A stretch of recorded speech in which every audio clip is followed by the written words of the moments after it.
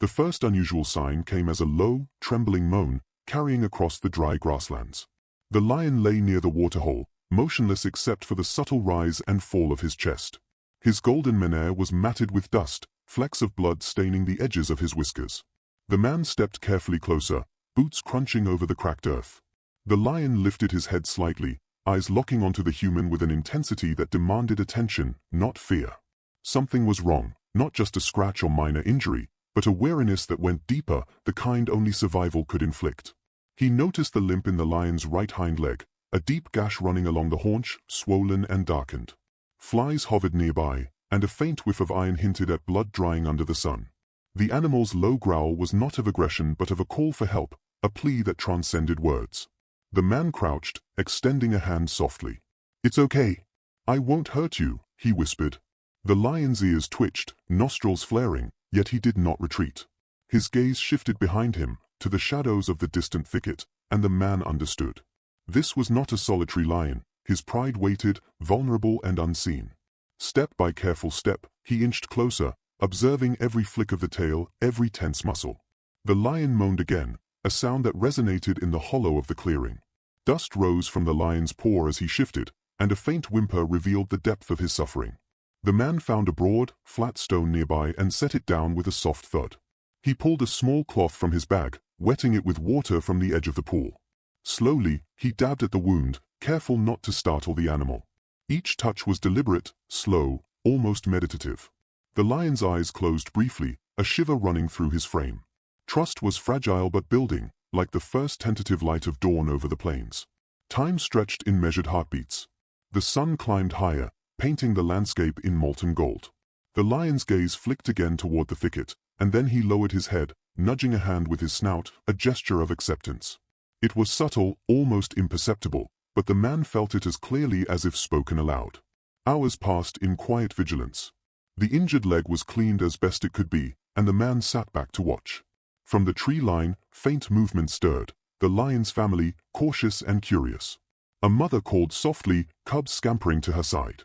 The wounded lion lifted his head, letting out a soft, trembling roar that echoed across the clearing, announcing survival and connection. Then, almost imperceptibly, he limped toward the thicket. One paw, then another, guided by quiet assurance. The family waited, a collective rustle of golden fur in the late afternoon sun. The man watched as the pride welcomed him back, nuzzling, circling, a silent gesture of forgiveness and unity. As the sun dipped below the horizon, painting the sky in shades of amber and rose, the lion finally rested among his family. He turned once, meeting the man's gaze. No words passed, only understanding, a bond forged in respect and compassion. The man rose, dusting off his pants, and stepped back. The pride disappeared into the shadows of the thicket, leaving the waterhole quiet once more.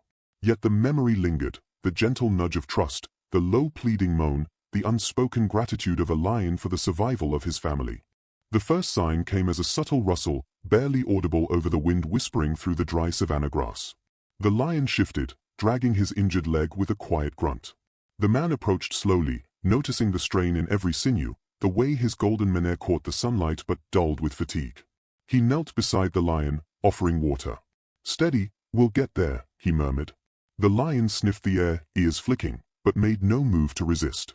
His eyes held a raw intensity, not fear, but urgent need. The family waited somewhere beyond the distant ridge, and the lion knew he could not falter. The ground was uneven, dotted with dry brush and scattered stones. Every step the lion took seemed calculated, the injured paw pressing cautiously against the earth. The man walked alongside, careful to mirror his pace, his presence a steady anchor.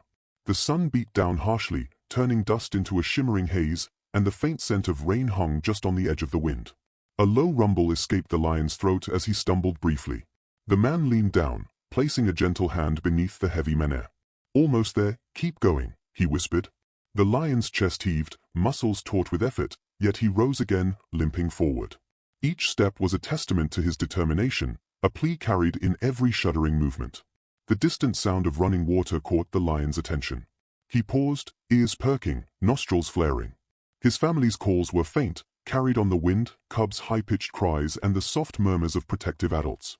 The man's heart lifted, he could see the reunion approaching, fragile yet inevitable. The terrain shifted suddenly, a rocky incline forcing the lion to struggle against gravity. The man moved ahead briefly, clearing a safe path, steadying the stones so the lion could climb without risking further injury. The golden beast pressed on, each step slower, heavier, but filled with unwavering purpose. Finally, they reached a small clearing. The lion froze for a heartbeat, ears twitching, eyes wide. Emerging from the shadows, a lioness padded forward, her eyes scanning for danger before resting on her mate. Cubs tumbled from behind her, cautious but curious, noses twitching in recognition. The wounded lion lowered his head in a silent gesture of relief, the tension in his body slowly uncoiling. The lioness nuzzled him, brushing against his cheek with a gentle reminder of presence and protection. The cubs approached tentatively, sniffing, pawing, circling their father as he exhaled a deep, tremulous rumble. The man stepped back, allowing the reunion to unfold. The wind carried the scent of grass and dust, the quiet chorus of life continuing around the pride. As the sun sank lower, painting the horizon in shades of amber and crimson, the lion rested, surrounded by his family. Trust, perseverance, and silent understanding had carried him home. No words were exchanged, only glances and subtle movements. The man straightened and retreated, the soft crunch of his boots fading into the twilight. The pride lingered a moment longer, then disappeared into the shadows of the forest's edge, leaving the savannah bathed in soft, golden light. The first unusual sign arrived with the sharp rustle of leaves in the darkening thicket. The lion's ears twitched, his body tensed. The cubs scuttled closer to the lioness, nudging her for protection. Somewhere unseen, the soft snap of a twig hinted at movement, maybe a predator, maybe just the wind. The man crouched a short distance away, keeping his silhouette low. He watched as the wounded lion slowly settled on the dry grass, shifting carefully to keep the injured leg comfortable. His breathing was heavy but controlled, a rhythmic rise and fall that seemed to match the pulse of the earth itself. A distant howl echoed through the night. The lion's head lifted, eyes scanning the darkened horizon. He rumbled softly, a sound of reassurance to his family rather than a threat to the world beyond. The lioness circled her cubs protectively, ears flicking, tail swishing. The man's gaze lingered on the subtle movements, each flicker of fur, each glint of eye catching the pale moonlight. The scent of night filled the air, dry grass, faint moisture from a distant stream, and the earthy musk of the pride. The lion shifted slightly, leaning into the man's presence without moving closer, a silent acknowledgement of safety. Trust had not been spoken but communicated in subtle, mutual understanding. The cubs began to explore cautiously, their tiny paws brushing against the earth. One ventured too far, startled by a snapping branch. The lion's deep rumble resonated through the clearing, a warning but not a threat, and the cubs scurried back to safety. The man exhaled quietly, impressed by the careful balance of instinct and patience the animals displayed. A cold breeze swept across the savannah, ruffling the lion's mane and carrying the scent of distant predators. The lion shifted again, eyeing the shadows, his body low and ready but calm.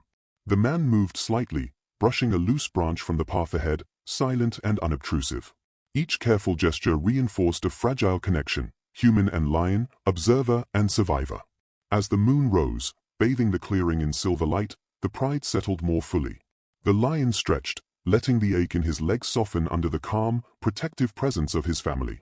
His head lowered, and he exhaled a deep, resonant rumble that seemed to speak of relief, gratitude, and quiet strength. The man whispered softly, "Rest now, you're safe."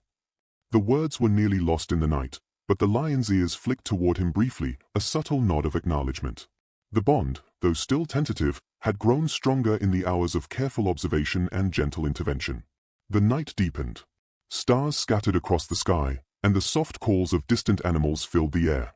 The lion's family lay around him, close and vigilant, the cubs nestled against the warmth of their parents. The man watched for a while longer, imprinting the moment into memory, before slowly retreating. His boots crunched softly on the dry earth, a reminder of the delicate balance between presence and distance. The pride remained undisturbed, resting under the silvered glow of the moon. Trust had been earned, patience rewarded, and a quiet bond formed, a silent promise that survival, compassion, and respect could coexist. The first unusual sign came as a low growl, distant but deliberate, echoing across the moonlit plains. The lion's ears twitched sharply, his body stiffened. Somewhere in the shadows, movement betrayed the approach of danger, perhaps a lone hyena, or a predator testing the edges of the pride's territory. The lion shifted, his injured leg steadying as best he could. The cubs huddled close to their mother, unaware of the full gravity but sensing tension in the air. The lion's deep rumble vibrated through the clearing, a warning that resonated far beyond his immediate reach. The man remained hidden at the edge of the clearing, hands resting lightly on the ground. He could sense the weight of the moment, the lion's protective instincts, the delicate balance of life and threat, the quiet rhythm of survival. He whispered softly, almost to himself, "Stay calm, stay safe." The wind carried scents across the savanna, the dry musk of grass, the faint coppery tang of blood, the hint of predator close but unseen. The lion's eyes narrowed, muscles coiled, tail flicking slowly. His gaze swept the shadows, scanning for movement, signaling the lioness to keep the cubs near. A snapping branch drew attention. The hyena's approach was deliberate but cautious. The lion rose slowly, his posture controlled but imposing. The man kept his distance, careful not to startle either party, his presence a silent reinforcement of the fragile trust they had built. The hyena paused at the edge of the clearing, sizing up the pride, growling softly. The lion rumbled again, louder this time, a deep vibration that shook the air. His pride responded instinctively. The lioness positioned herself between cubs and threat, cubs pressing closer, every hair on their bodies alert. The man watched as the tension unfolded.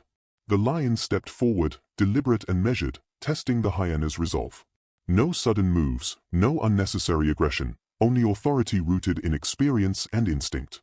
The hyena hesitated, then slunk back into the shadows, the threat withdrawn without bloodshed. The lion exhaled, a low sound of relief, then turned to his family. Cubs nuzzled his side, the lioness brushing his menere with a gentle, affirming nudge. The man's heart lifted at the sight, the pride safe, the bond deepened by shared vigilance and silent understanding. The night air cooled, carrying the subtle fragrance of wet earth and distant blossoms. Stars reflected in the lion's eyes, calm returning to his posture. He lowered himself once more onto the grass, settling his injured leg carefully, allowing the cubs to curl closer. The man stepped back, leaving the clearing to the quiet of the night. The wind carried the soft rumbles of contentment, the subtle movements of a pride unbroken and unafraid. No words were needed. The connection forged through respect, patience, and gentle care remained unspoken but indelible. As he walked away, the man glanced back. The lion's gaze met his one last time before turning fully to his family. The moonlight highlighted the menere, the scar, and the strength of trust hard-earned. And in that silent, silvered moment, he knew the night had passed, not just safely, but profoundly. The first unusual sign came as a soft, urgent nudge at the man's ankle.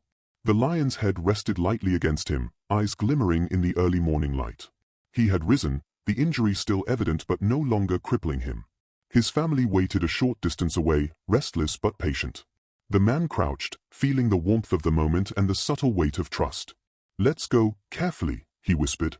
The lion's low rumble was a reply, a sound that carried gratitude rather than command. Every muscle in his body moved with intention, each step a reminder of resilience and survival. The pride began to move, the cubs stumbling slightly over uneven earth, the lioness guiding them with soft nudges.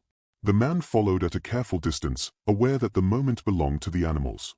The air was thick with the scent of dawn, wet soil, crushed grass, and the faint, sweet aroma of flowering acacias. A distant glimmer caught the lion's attention, a small pool of water reflecting the rising sun. His steps quickened, limping less with each stride. The cubs pranced toward it, excited by the promise of refreshment, while the lioness urged caution, scanning for potential danger. The man's heart lifted as he watched the pride drink, the lion lowering his head, eyes closing briefly in relief. Then, unexpectedly, he rose and approached the man, nudging him gently with his massive head, a gesture so deliberate it stopped the man's breath. Trust, vulnerability, and gratitude all communicated in one silent act. The man reached out cautiously, letting his hand rest on the lion's menere. The fur was rough with morning dew, a mixture of stiffness from travel and softness from care. The lion leaned in for a heartbeat, then retreated, satisfied. It was a connection that did not need words, a moment of understanding between species, fragile yet profound. The cubs splashed in the shallow water, pouring and tumbling, while the lioness watched, ears twitching at distant sounds. The injured leg no longer slowed the father, he moved with authority, guiding his family, the man following silently, witnessing every careful choice. The sun climbed higher, casting golden light across the landscape. Shadows stretched, merging the savanna into a tapestry of amber and green. The man stepped back, letting the pride continue their morning routine, observing quietly as the lion groomed his cubs and nudged them close to the water's edge. Then, the lion turned once more toward the man. His gaze was steady, filled with recognition and calm. No words could capture it, no gesture explain it fully. The pride's survival had depended on care, respect, and the quiet presence of another species, and the bond formed in that moment would remain, unspoken but unforgettable. The man slowly withdrew, leaving the clearing to the pride. The lion nudged his family forward, leading them deeper into the open savanna. The wind carried the soft splashes of water, the distant calls of birds, and the echo of trust that had been earned. And as the pride disappeared into the golden expanse, the man stood alone, carrying the miracle of the morning with him forever.